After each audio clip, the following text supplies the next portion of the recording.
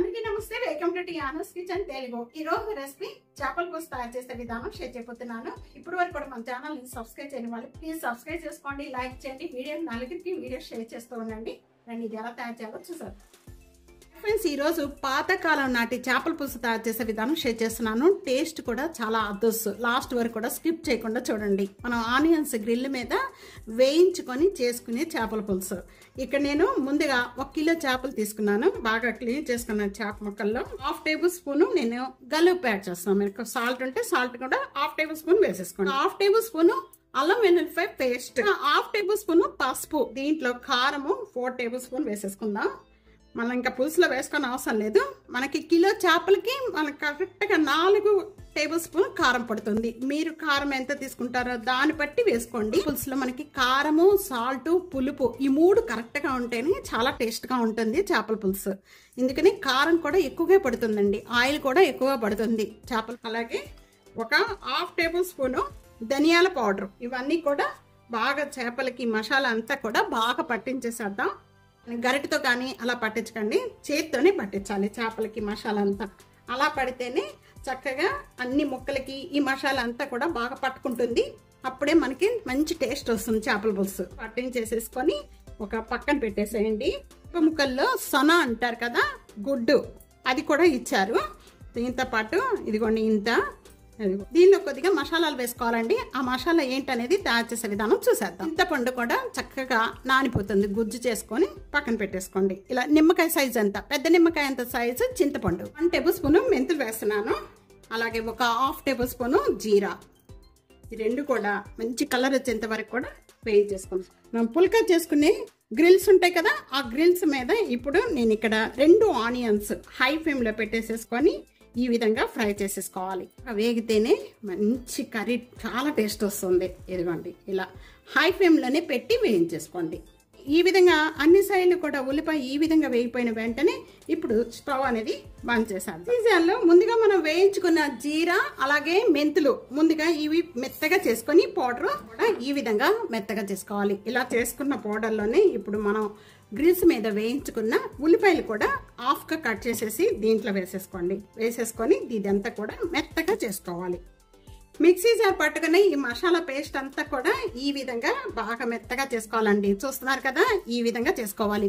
చేపల పులుసు తయారు చేసుకోవడానికి ప్యాన్ అనేది చాలా వెడల్పుగా ఉండేది మందమైన ప్యాన్ తీసుకోండి. ఇలా ఉంటే చక్కగా చేప ముక్కలు అనేది ముక్కలు అవ్వకుండా చేప చక్కగా కూడా చేపగానే చక్కగా ఉంటాయండి ముక్కలు. తయారు చేసుకోవడానికి ప్యాన్ లో నేను ఇక్కడ 3 టేబుల్ స్పూన్ ఆయిల్ వేస్తున్నాను. ఎక్కువగా పులుసులోకి ఆయిల్ ఎక్కువగానే పడుతుందండి. ఆయిల్ బాగా కాగిపోయిన వెంటనే కూడా దీంట్లో 1/2 టేబుల్ స్పూన్ అనేది నేను ఇక్కడ అల్లం వెల్లిపాయ పేస్ట్ వేస్తున్నాను. ముక్కల్లో 1/2 టేబుల్ స్పూన్ వేసుకున్నాము. దీంట్లో 1/2 టేబుల్ స్పూన్ ఉల్లిపాయ పేస్ట్ వేగిపోయిన వెంటనే మీడియం సైజు చిన్న ఉల్లిపాయలు అండి, 2 ఉల్లిపాయలు. ఇక్కడ ఉల్లిపాయలు వేగుతూ ఉండగానే 2 రెమ్మల కరివేపాకు. దీంట్లో టేస్ట్ సరిపడా సాల్ట్ వేసుకోండి. 1 టేబుల్ స్పూన్ వేస్తున్నాను. గల్లుప్పు వేస్తున్నానండి, మీ దగ్గర సాల్ట్ ఉంటే సాల్ట్ వేసుకోవచ్చు. నేను గల్లుప్పు వేస్తున్నాను. బాగా వేగిపోయిన వెంటనే 1/2 టేబుల్ స్పూన్ పసుపు, 1/2 టేబుల్ స్పూన్ ధనియా పౌడరు. ఇవ్వండి ఈ విధంగా వేగిపోయిన వెంటనే కూడా ముందుగా మ్యారినేట్ చేసుకున్న చేపలంతా కూడా చేప ముక్కలు వెడవెడంగా పెట్టేసుకోండి. ఇలా వేసేసుకోండి. ఈ విధంగా వేసిన వెంటనే కూడా గరిటెతో తిప్పద్దు, ఇలాగే పెట్టేసేసి మూత పెట్టేసుకుందాం. లో ఫ్లేమ్లో పెట్టేసేసి 2 మినిట్స్ వరకు కూడా అలాగే మగ్గించేస్తే చక్కగా చేప ముక్కలకి మసాలా అంతా కూడా బాగా పట్టి మంచి టేస్ట్ వస్తుంది. ఇక్కడ 2 మినిట్స్ అయిపోయిన వెంటనే మూత ఓపెన్ చేసి చింతపండు గుజ్జంతా వేసిందంతా కూడా వీడియో మిస్ అయిపోయిందండి, సారీ అండి. 3 మినిట్స్ అయిపోయిన వెంటనే మూత ఓపెన్ చేద్దాం. ఇదిగోండి చక్కగా మగ్గుతుంది చేపల పులుసు. చూస్తున్నారు కదా, ఇలా మగ్గుతూ ఉండగానే ఇప్పుడు మనం అండా వేసుకుందాం. క్లీన్ చేసుకున్న చేప గుడ్డు ఇలాగ వేసేసుకోండి.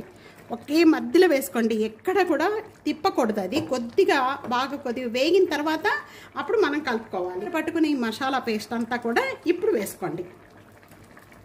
ఇలాగ పట్టుకొని 2 వైపులా కూడా ఇలాగ షేక్ చేసుకోండి. ఇదిగోండి మళ్ళీ మూత పెట్టేసేసుకొని ఒక 7 మినిట్స్ మగ్గించేసుకుందాం. ఆయిల్ అంతా సపరేట్ అయిపోయి పులుసు చక్కగా చిక్కపడిపోయింది. ఇలా చిక్కపడిపోయిన వెంటనే కూడా దించే ముందు కొద్దిగా కొత్తిమీర వేసుకుందాం. కొత్తిమీర వేసేసుకొని బంచెస్ వేస్తున్నాను. చేపల పులుసు రెడీ అయిపోయిందండి. ఇదిగోండి చూస్తున్నారు కదా, చక్కగా గుమగుమలాడిపోతుంది మూత ఓపెన్ చేయగానే. ఇదిగోండి నేను రైస్ వేసుకొచ్చేసాను. నా ఫేవరెట్ హెడ్ అనమాట. ఇంకా అసలుకి ఏమీ కూడా వేసుకోము, ఒక తలకాయ ఉంటే చాలండి, అంత బాగుంటుంది, చాలా టేస్ట్గా ఉంటుంది. చిక్కపడిపోయి ఎంత కలర్ఫుల్గా ఉందో చాలా టేస్ట్గా ఉంటుందండి. తప్పకుండా ట్రై చేయండి. అసలు చేప ముక్కల కంటే తలకాయ అనేది అసలుకి చాలా టేస్ట్ వస్తుంది. పులుసు తయారు చేసిన రోజు కంటే మరుసటి రోజు చాలా బాగుంటుందండి. అసలుకి చాలా బాగుంటుంది. అప్పటి వరకు మనకి మిగలదు కదా. ఇదిగోండి, ఆహా, అన్నీ కరెక్ట్గా ఉన్నాయండి. కొద్దిగా సాల్ట్ తగ్గింది నాకు, అన్నీ కరెక్ట్గా ఉన్నాయి. చాలా బాగుంది. పులుపు కారం అన్నీ కరెక్ట్గా సరిపోయినాయండి. స్పైసీ కూడా చాలా బాగుంది. ఇదిగోండి ఫిష్ కూడా బాగా చక్కగా ఇదైపోయింది. ఇదిగోండి ఇలా వేసుకొని తిన్నారంటే అసలు వదిలిపెట్టరండి, అంత టేస్ట్గా ఉంది. ఇది మనం ఉల్లిపాయ అనేది బాగా కాల్చి చేసాం కాబట్టి టేస్ట్ కూడా చాలా బాగుంటుంది. తప్పకుండా ట్రై చేయండి. తప్పకుండా ట్రై చేసి మీకు ఎలా ఉందనేది కామెంట్స్లో తెలియచేయండి. వీడియో 4 షేర్ చేయండి. టీ అనస్ కిచెన్ని సబ్స్క్రైబ్ చేసుకోవడం మర్చిపోవద్దు ఫ్రెండ్స్. Thank you.